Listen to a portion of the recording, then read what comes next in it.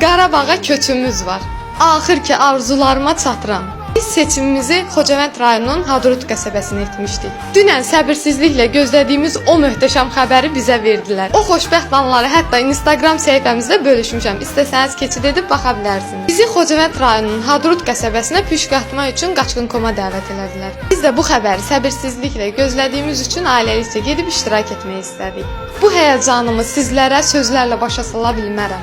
İllərdir üzünü görmədiyim o doğma yurdumuzdan ayrı düşmüşdük. Heç bir yerdə özümüzə yer tapa bilmirdik. Bu qayıdış bizim üçün yenidən dünyaya göz açmaqdır. Bunun üçün Rəbbimdən istəyim şəhidlərimizi cənnətdə ən uca məqamla dəyərləndirsin. Şəhid analarımıza isə Allah səbir versin.